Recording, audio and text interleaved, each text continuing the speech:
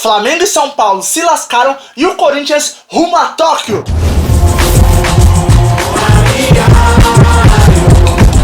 Salve, salve peloteiros, vamos lá para mais um Papo de Pelota. Peterson falando com vocês e sem enrolação, vamos direto para o que importa, que é gol. A gente deixa aqueles que não tiveram gol pro final. Vamos passar para vocês aí os gols da Sul-Americana e da Libertadores e fazer uma brevezinha análise sobre cada jogo, então bora lá. Não se esqueça que agora a gente elege o gol da rodada, hein? Vai ter no final. Começando aí por Libertadores, falar do jogo que mais movimentou aí, né, a semana de todo mundo. Foi São Paulo e Botafogo, tá? Um jogo muito bom, tá? O São Paulo, ainda mesmo sendo no Morumbi, teve alguns momentos que foi bem amassado. No segundo tempo, amassou o Botafogo. Foi meio que um tempo de cada um ali, mas não deu o resultado que o São Paulo esperava, ter lotado tanto aquele Morumbi. Até o Davidson tava lá, hein? Sim, ele tá até ausente aqui porque tá tão triste que não consegue nem se movimentar, nem levantar da cama.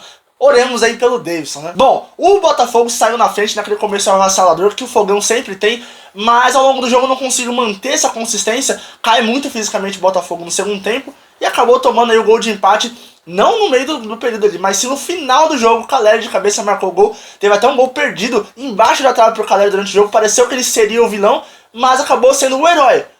Porém, né, veio os pênaltis aí, né, porque o primeiro jogo acabou empatado, o segundo também veio os pênaltis. E aí, meu amigo, aquele que era o herói até então perdeu o pênalti. Sim, Jonathan Caleri perdeu o seu gol, né? E na cobrança de pênalti. E a cobrança continuou até que o Botafogo continuou em vantagem, até que Botafogo também perde pênalti, tá? Nessa perca aí o Morumbi veio abaixo, pareceu que realmente as coisas estavam se conspirando, aquela coisa de São Paulo na Libertadores é diferente e tudo mais, até que, meu amigo, recuou a bola pro John, o jogador de São Paulo recuou a bola pro John, fez a defesa, o segundo pênalti defendido na carreira do John, até que, né, o Botafogo findou aí, conseguiu a classificação dentro do Morumbi. O gol do Botafogo havia sido do Thiago Almada durante o jogo e do Caleri foi pelo lado de São Paulo aí. E no final o John fez a defesa aí de pênalti, né, e acabou depois o Botafogo fazendo o último gol aí, classificando para as semifinais da Libertadores da América. Outro jogo que teve gol também foi Atlético Mineiro e Fluminense, sim,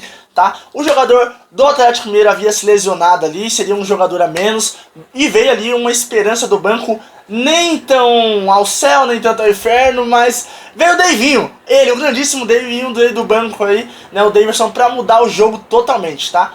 O Atlético Mineiro venceu o Fluminense por 2-0, e adivinha de quem foram os dois gols?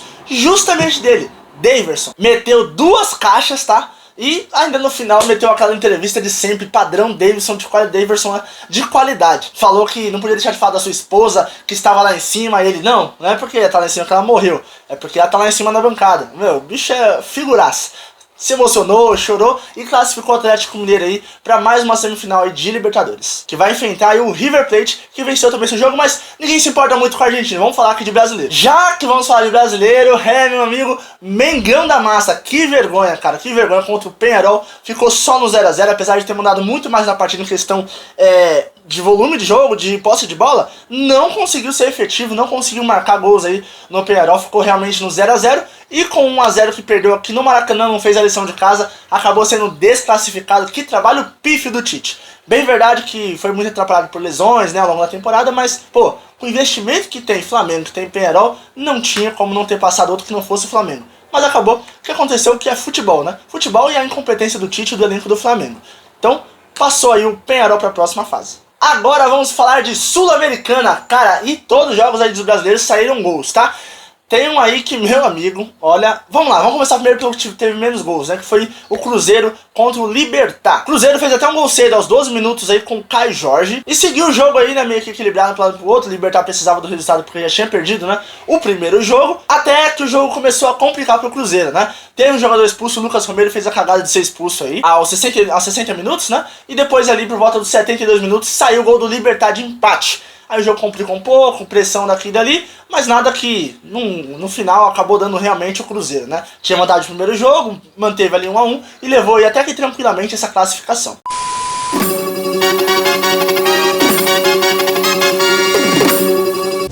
Oi, uma rápida interrupção aqui nesse vídeo, porque esse é o 100º vídeo do canal. Agradeço a vocês por toda essa companhia. E pô, até hoje aí, né, se você não fez um comentário pra poder, né, eu agradeço aqui, pelo menos se você puder fazer um comentário pra gente celebrar aqui 100 vídeos no canal, né, tem mais de 200 vídeos aí, mas com shorts e tudo mais, esse é o 100º vídeo, né, grande, gravado, né, realmente postado por nós. Esse é o nosso agradecimento aí pela sua companhia durante esse tempo, tá? Se não é inscrito, se inscreve no canal. Agora, mais uma vez, é o seu momento, torcedor corintiano. Cara, eu venho falando isso daqui uns 3 a 4 vídeos, hein? Só coisa boa do Corinthians, bicho.